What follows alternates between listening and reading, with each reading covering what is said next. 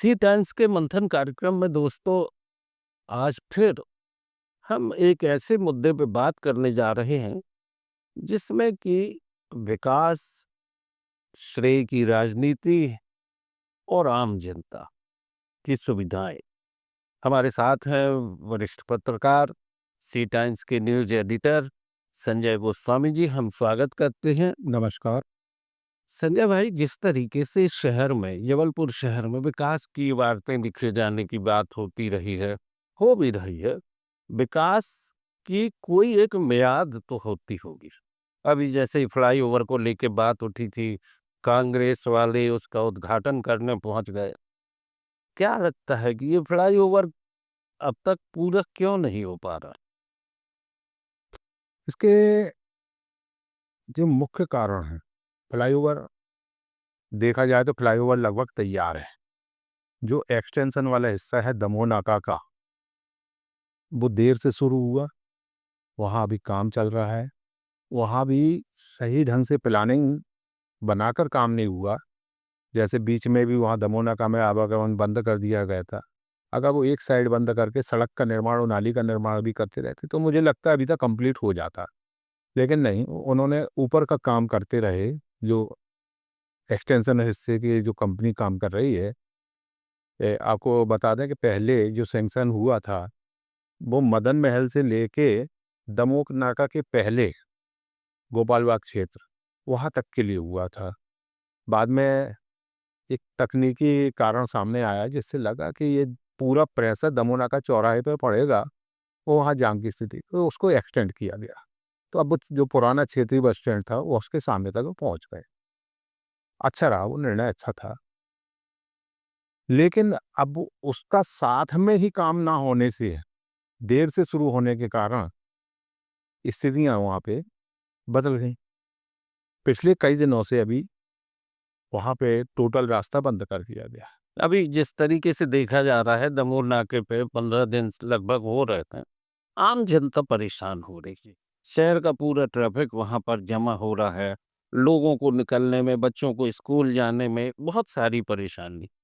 तो ये जो विकास कार्य होते हैं, जिस तरीके से, एक तो प्लानिंग ना होना, एक विभागीय तालमेल की कमी होना, इन सब स्थितियों के बीच में आपको क्या लगता है कि शहर के विकास की जो दिशा है वो क्या इसी तरीके की रहेगी?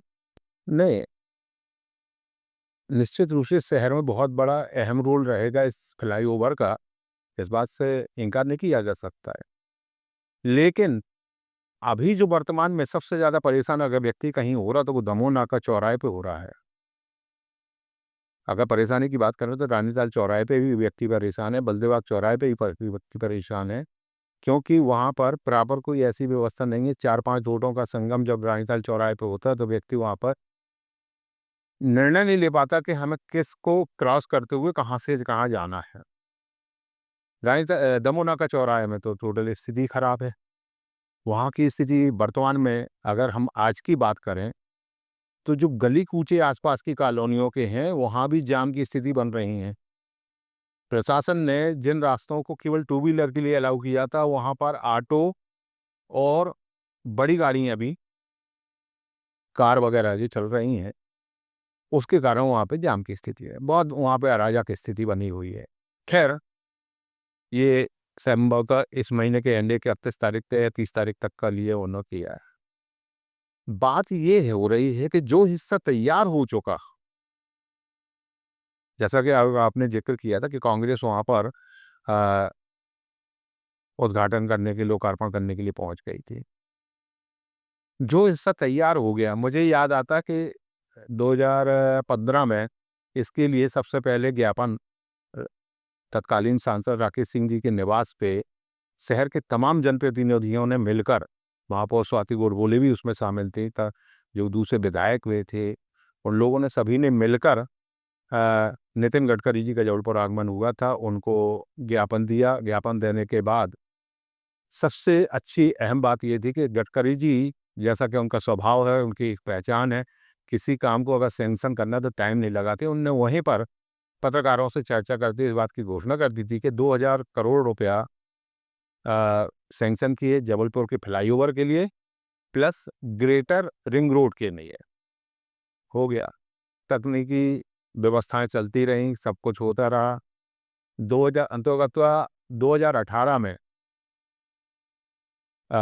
फरवरी 2018 की संभवतः बात है, क्षेत्रीय बस स्टैंड जो वह दमोनाका में होता था, दमोनाका चौराहे के पास में एक भूमि पूजन हुआ। तब से ये काम शुरू हो गया। जो कंपनी बाहर की थी उसने दिन रात मेहनत करके फ्लाईओवर वहाँ से तैयार हो गया। उसके हिस्से का काम पिछले 1.5 साल से कंप्लीट पड़ा है। नहीं, अभी जिस तरीके से देख रहे हैं, लगातार 1-2 साल से देखने में आ रहा है, दमोह नाका से जो आईटीआई तरफ का रोड है, जी। वो तो कंप्लीट हो ही नहीं पा रहा है। उसमें आना-जाना जिस तरीके से एक शांति मैं नगर आपकी बात पे आ रहा हूँ।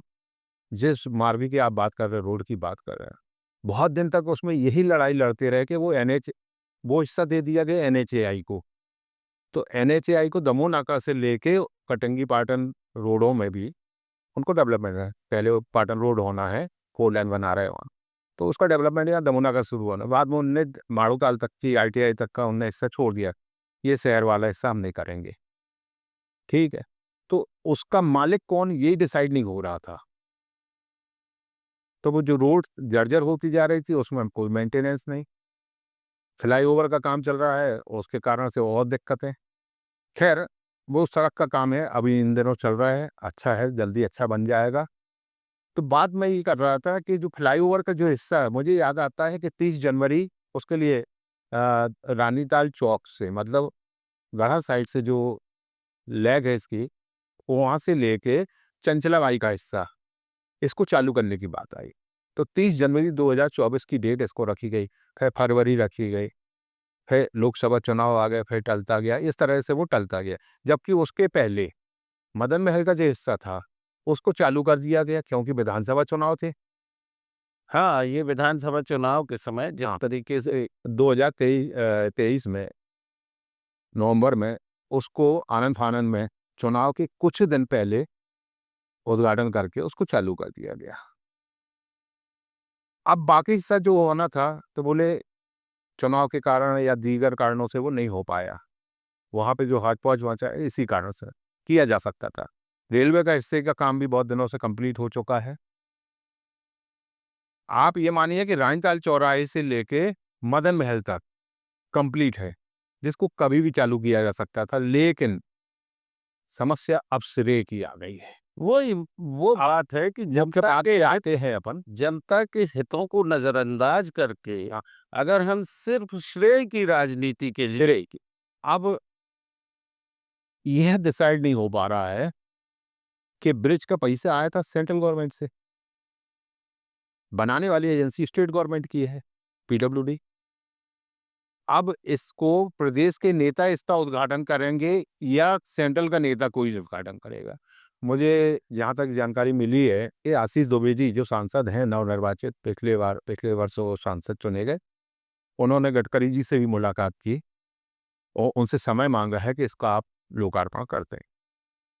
यहाँ पे जो अन्य नेता हैं, नहीं, अब इसमें 2 चीज़ें और आती हैं। जबलपुर महाकौशल क्षेत्र, हमारा जबलपुर की बात करें, तो यहाँ शक्ति के केंद्र बन गए हैं, राजनीतिक शक्ति के केंद्र। भाजपा के भी अगर आप देखें तो अलग-अलग तरह से, चाहे एक तरफ कैबिनेट मंत्री जी को देखें, राज्यसभा सांसद भी हैं, सांसद जो निर्वाचित हुए हैं आसीन दुबे, इनके बीच में ही अगर तालमेल नहीं होगा, तो कहीं न कहीं हमारे विकास कार्य जो हैं, वो इसी तरीके से श्रेय के लिए रखे रहेंगे और कहीं न और आम जनता परेशान। ये भारतीय जनता पार्टी में पहली बार देखा जा रहा है। इसके लिए कांग्रेस में होता रहा, चर्चित रहते थे और उनके लिए कांग्रेस के लिए कोई नई बात नहीं है। लेकिन भारतीय जनता पार्टी में संगठन ही प्रमुख होता था और संगठन जो निर्णय कर देता था वैसा कोई जनप्रतिनिधि उसका विरोध नहीं करता था।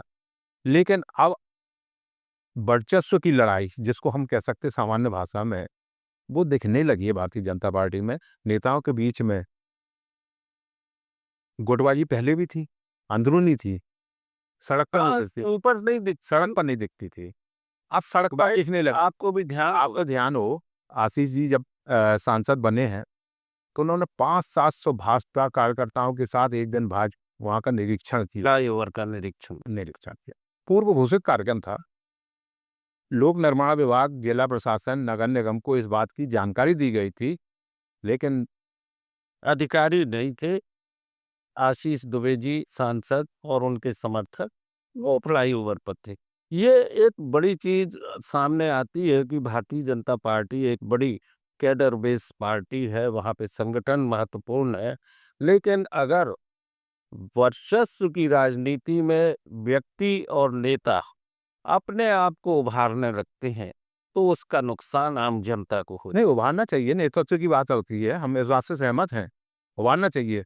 राजनीति में अगर आप स्वयं को आप मार्केटिंग नहीं करेंगे, स्वयं को आप अपना पावर नहीं दिखाएंगे, शक्ति केंद्र नहीं बनेंगे, तो आप आगे नहीं बढ़ सकते। मैं इस बात को मानता हूँ, लेकिन कहीं ना कहीं जनता का हित भी जुड़ा रहना चाहिए। आपकी क्रिया, आपके जो कार्यप्रणाली है, आपके जो निर्णय हैं, उनमें जनहित सर्वोपरि होना चाहिए। बात अब यहाँ पर एक और आती है, राकेश सिंह सांसद थे, उस दौरान ये फ्लाईओवर का ये सारी गणित, सारा समीकरण बैठा था।